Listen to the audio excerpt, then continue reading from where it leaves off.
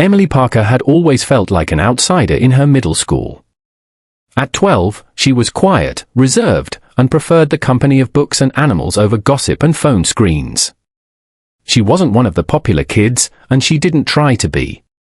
Her clothes were second-hand, her backpack frayed at the edges, and her hair usually pulled back in a simple ponytail. She moved through the halls of Hillridge Middle like a shadow, seen but never really noticed, unless it was to be teased. But what really made Emily different wasn't just her silence or her awkwardness, it was Titan. Titan was her German shepherd, a powerful, intelligent dog with a thick sable coat and eyes that looked like they could see into your soul. He followed her everywhere he was allowed to go.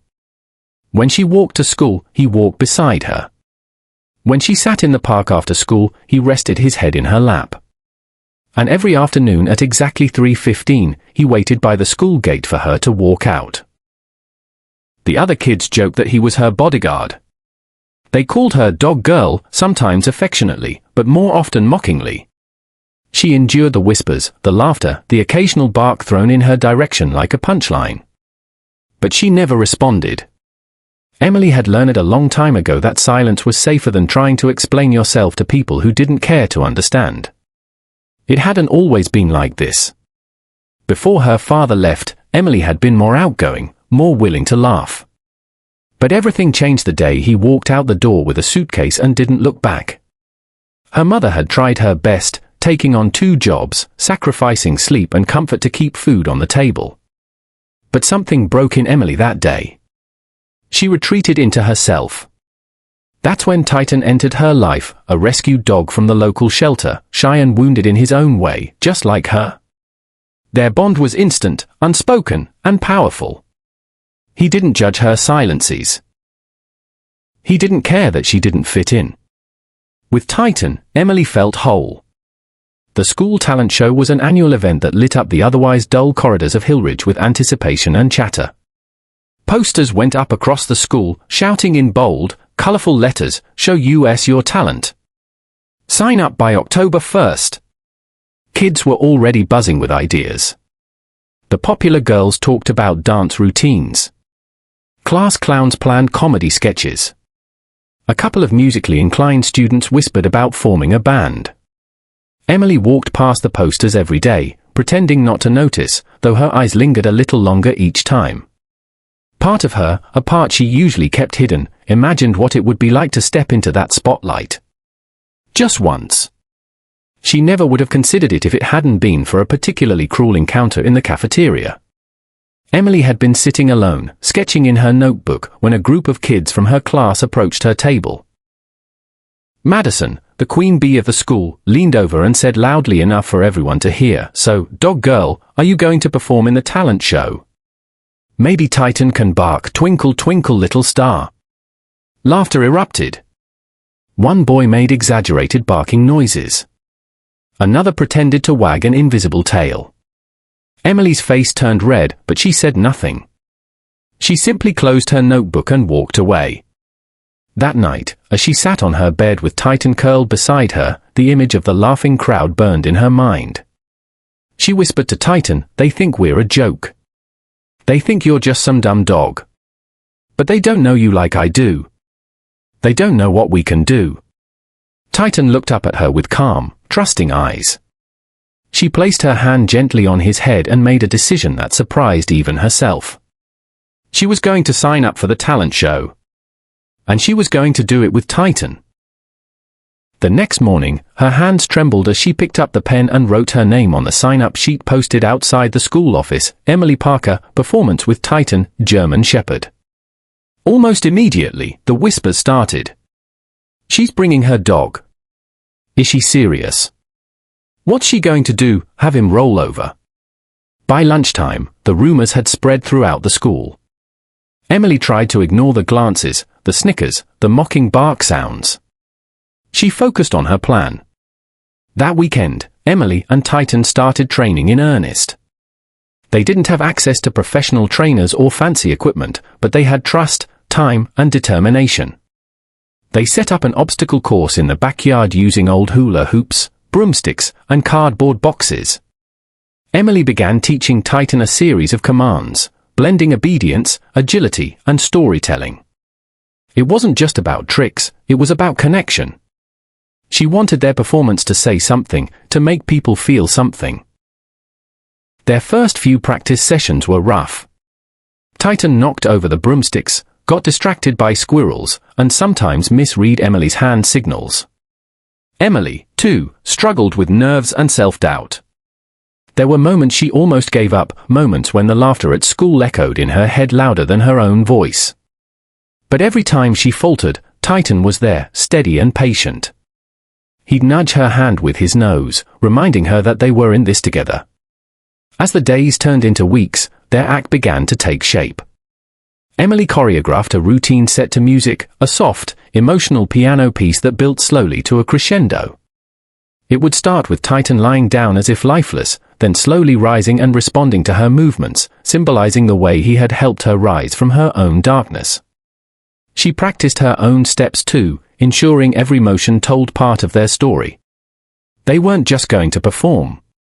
They were going to speak, without words. Back at school, the mocking hadn't stopped. If anything, it got worse. Someone drew paw prints in permanent marker on her locker. Another time, she found a fake dog collar with a loser tag left on her desk. But Emily didn't respond. She saved her energy for the barn at the edge of town, an old, abandoned structure her mom had taken her to as a child. It became her sanctuary. There, she and Titan trained every afternoon, away from judgment, surrounded by the creaking wood and whispering wind. It was just them and the dream they were building. Her mom noticed the changes in Emily. She was still quiet, but there was a new spark in her eyes. She stayed up late watching dog shows and studying training techniques online.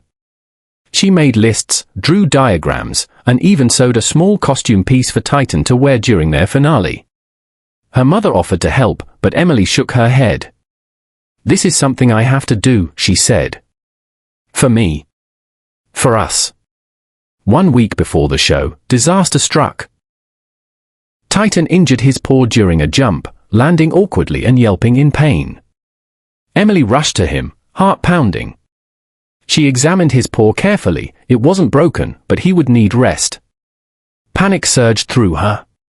They had worked so hard. Were they going to have to drop out now? That night, as Titan lay beside her with his paw bandaged, Emily stroked his fur and cried quietly. "I'm so sorry, boy. I pushed you too hard." But Titan wasn't giving up. The next morning, he limped to her side, ready to train again. Emily knew they couldn't continue with the full routine, but maybe they could adjust it. She reworked the choreography, trimming out the more strenuous jumps and focusing more on synchronized movement and emotional storytelling. It wasn't as flashy, but it was deeper, more powerful.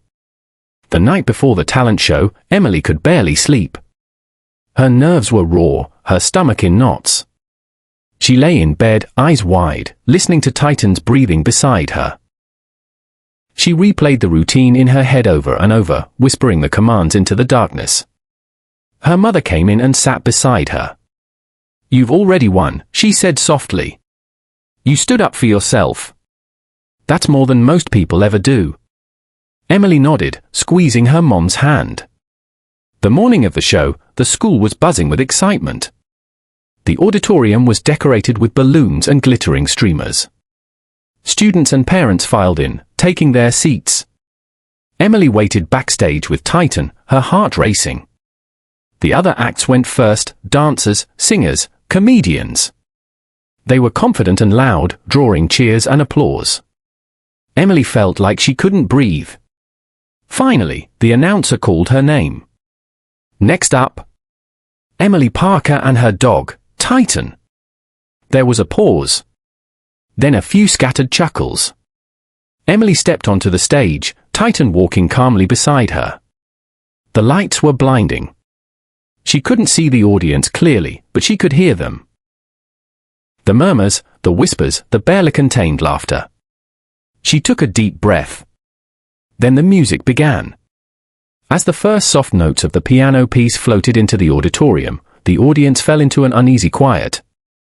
On the brightly lit stage stood Emily, small, visibly nervous, her hands clenched at her sides, and beside her, Titan, tall and composed, his sable coat shimmering under the lights. For a moment, nothing happened.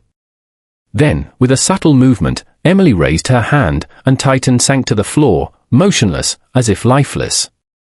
A few kids snorted in confusion. "Is that it?" someone whispered.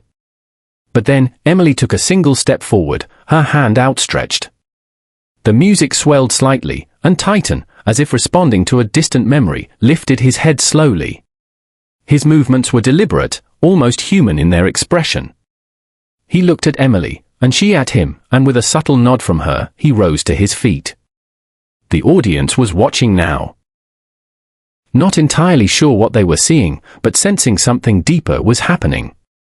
Emily moved slowly across the stage, and Titan mirrored her steps, never breaking eye contact.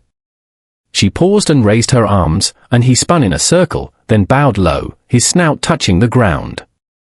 The synchronization was perfect, not flashy, but intimate.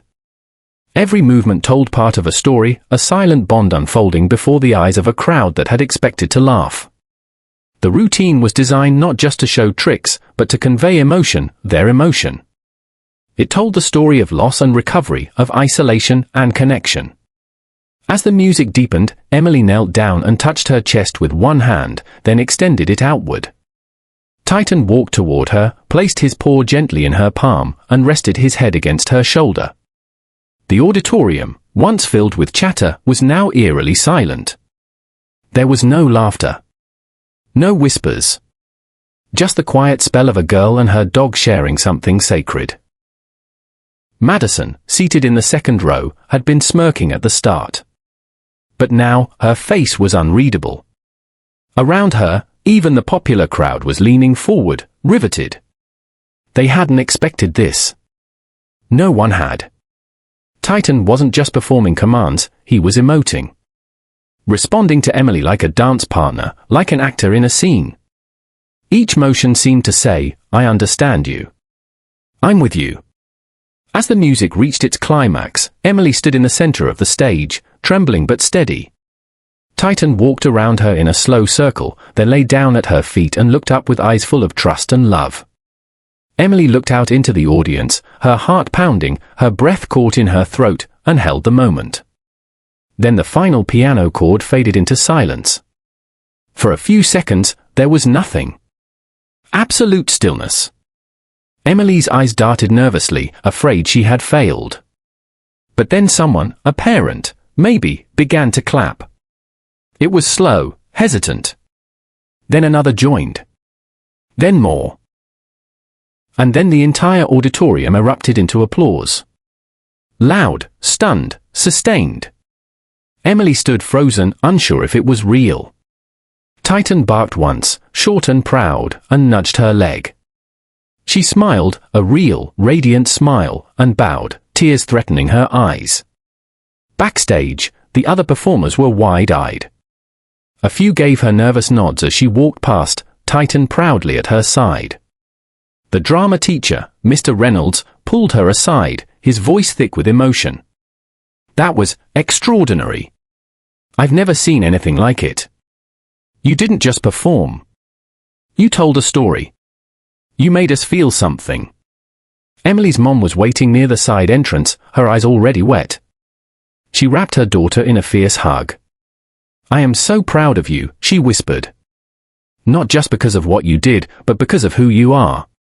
Titan nudged between them, tail wagging, and they both laughed through their tears. The following Monday at school was like stepping into a different world. Students who had ignored her or mocked her were now smiling, waving, even trying to talk to her. A few asked about Titan. Others shyly complimented her performance. She wasn't used to the attention, didn't quite know how to handle it. But she kept her head up and walked with quiet confidence. Titan trotted beside her as always, but now the nicknamed Dog Girl had vanished. People had seen something in her they hadn't expected, and they respected her for it. Madison approached her at lunch, a strange mix of hesitation and defiance in her eyes. "Hey," she said, crossing her arms. "So, your dog's pretty cool." Emily looked at her calmly. Thanks. Madison shifted awkwardly. I didn't know you could do all that. Emily simply nodded and went back to her sketchbook. She had nothing to prove. But the attention didn't stop at the schoolyard. Someone had recorded her performance and posted it online. Within days, the video began to spread. Comments flooded in. This gave me chills. I cried watching this. The bond between them is incredible. Local news stations picked it up. Emily and Titan were invited to appear on a morning show. A producer reached out about featuring them in a segment about kids and therapy animals. Emily wasn't seeking fame. But she accepted the opportunities with humility, knowing each one was a chance to share their message, that healing could come in unexpected forms, and that love, loyalty, and trust could bridge even the deepest silence. With each interview and article, Emily spoke more confidently. She talked about how Titan had helped her through her father's departure, how he had given her strength when she felt invisible. She talked about how their training taught her patience and discipline, and how performing had helped her reclaim her voice. Titan, always at her side, became a kind of celebrity in his own right. He was calm in the spotlight, unbothered by flashing cameras or crowds. Emily often joked that he was the brave one, she just followed his lead. But everyone who met them knew the truth, they were brave because they had each other. The school, too, changed. Inspired by Emily's performance, the principal started a program encouraging students to showcase unique talents, especially those that didn't fit the traditional mold. Emily was asked to speak at a school assembly about courage and self-expression. At first, she panicked. Public speaking was her worst nightmare. But when she stood on that stage, Titan beside her, the words came. She spoke about fear and how it loses its power when you walk through it anyway. She spoke about loneliness and how one friend, even a furry one, can light the way out. After her speech, students approached her, not with jokes or mockery, but with questions and admiration. One boy confessed he was teaching his cat tricks and wanted tips. A girl asked if she could meet Titan. Others just wanted to say thank you. For the first time, Emily felt seen, not as a punchline, but as someone who had something valuable to offer. But with visibility came pressure. An invitation came from a regional youth talent competition, a big event, with cash prizes and media coverage. Organizers had seen the viral video and wanted Emily and Titan to perform. Her mom was hesitant. You don't have to say yes, she said. You already proved everything you needed to. But Emily felt a pull in her chest, not from pride, but from a sense of purpose. She and Titan had more to share. They began training again, not to outdo their school performance, but to deepen it. Emily composed a new routine, building on their bond, incorporating Titan's natural instincts and the story of where they'd been since the school show. It was harder this time. The stakes felt real. She battled insecurity. What if the first time was a fluke? What if people expected too much? But Titan kept her grounded. When she fumbled, he waited. When she cried, he curled beside her until the tears dried. And slowly, their new performance took shape, a dance of healing and resilience, of letting go and holding on. The day of the regional competition arrived. Emily wore a simple outfit, jeans, sneakers, and a shirt with Titan's paw print embroidered on the chest. No glitz, no theatrics. Just her and Titan. The auditorium was massive compared to her school's. The audience stretched far into the shadows. But as she stood behind the curtain, waiting to be called, she closed her eyes and breathed in deep. Titan licked her hand. Then the announcer's voice rang out, "Please welcome Emily Parker and Titan." She stepped into the light. The bright stage lights warmed Emily's face as she stepped into view, the weight of hundreds of eyes pressing against her chest like a tide. Her heart thumped wildly, but she kept her head high. Titan, ever calm, moved beside her with poised confidence. The crowd quieted. Some leaned forward in anticipation, others sat back with skepticism. But none of them knew what was about to happen. Emily gave Titan a soft pat. The music began, not the dramatic swell of violins or pop music, but a haunting, gentle piano melody that immediately softened the room. She knelt beside Titan and whispered a single word. With that, their performance began. This wasn't just a routine. It was a story. Titan circled her slowly, like the hands of a clock, as Emily remained frozen, head bowed. It was a depiction of time passing, of loneliness growing, of the stillness she had lived in when her world had fallen apart. Then, at a cue in the music, she lifted her head and reached out. Titan stopped, alert. She took a shaky step forward, and he met her halfway. From there, it blossomed. Emily and Titan wove a silent ballet of emotion and movement, telling the story of a girl lost in sadness and the friend who refused to leave her side. Titan's cues were subtle. A tilt of the head, a lowered ear, a deliberate pause. Each gesture was laden with feeling. At one point, Emily turned from him, walked to the edge of the stage and curled inward. The music dipped into a minor key. Titan looked after her, paused, and then approached slowly, placing his head gently on her knee. The crowd was utterly silent, as if afraid to breathe and miss something. They moved together in a slow spiral toward center stage. Emily, now standing tall, placed a hand on her chest and extended it outward. Titan Saturday. She stepped back and gave a new signal. This time, Titan rose on his hind legs, not to perform a trick, but to reach up toward her, as if yearning. She caught him, held his paws, and together they stood like two dancers suspended in a moment of shared strength. By the time the final notes of the song played, Emily was kneeling beside Titan, her hands gently resting on his back. He looked into her eyes, unwavering. A final bow, both of them, and then the stage went dark. The silence afterward was deafening. For 5 full seconds, not a single clap was heard. Then, as if the world had collectively taken a breath, the auditorium erupted. Cheers, whistles, applause thundered through the walls. Emily stood slowly, blinking back tears. Titan barked once, triumphant, then sat calmly as if to say, "We did it." She walked off stage to find her mother crying. Emily, that was breathtaking. Other performers, once distant or dismissive, crowded around her. That was amazing. Your dog is incredible. You made me cry, and I never cry. An hour later, when the results were announced, Emily didn't expect to win.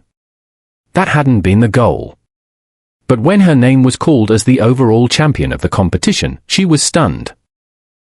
She looked down at Titan, who tilted his head like he always did when waiting for a treat. "We won," she whispered. He barked again, tail sweeping the floor. The trophy was heavy in her hands, but it wasn't the weight of the metal that overwhelmed her, it was the knowledge of how far she had come. From the quiet girl everyone mocked to the performer who silenced a crowd with nothing but love and trust. After the competition, opportunities poured in. Invitations to perform at community events, to speak at schools, to join animal therapy programs.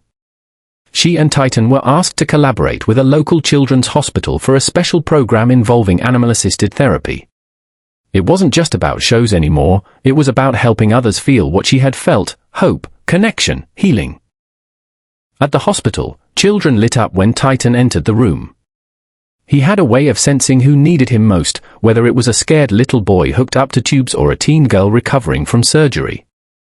Emily would talk with the kids, sometimes sharing her own story, sometimes just listening. Titan did the rest. He would curl up beside them, offer a paw, rest his head on their laps. Some of them smiled for the first time in weeks. Emily realized that this, more than any award, was their purpose. Titan had changed her life. Now, together, they could change others. One afternoon, as Emily packed up after a hospital visit, she spotted Madison standing outside near the entrance. Emily hesitated, unsure why she was there. Madison looked nervous, out of place. She stepped forward cautiously.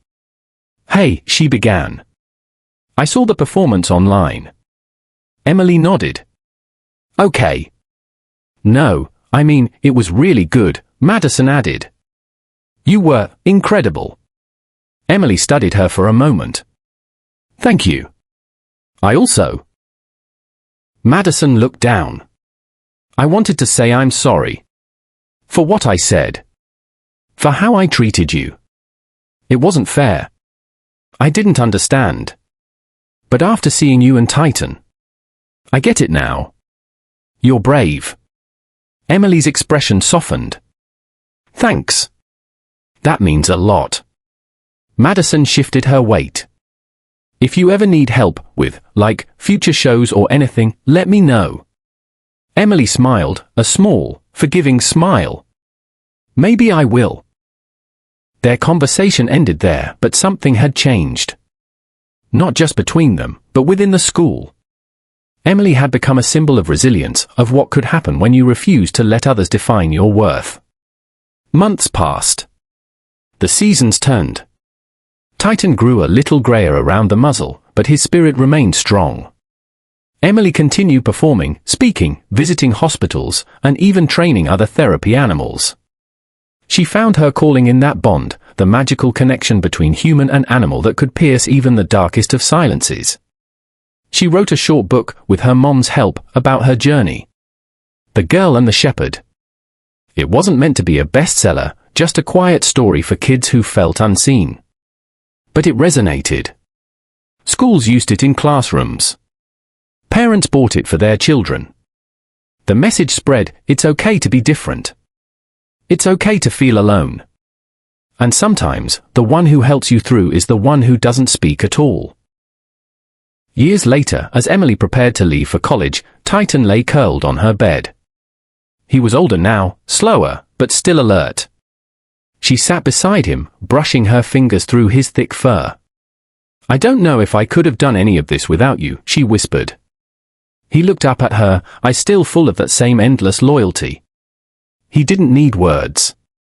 She knew. At her graduation, Titan walked with her across the stage, wearing a tiny cap tied to his collar. The crowd stood and clapped, not just for the graduate, but for the journey they'd taken together. And somewhere in the audience, a younger girl who had once been mocked for loving animals watched with wide eyes. She didn't laugh. She didn't whisper. She stared in wonder, dreaming of what might be possible.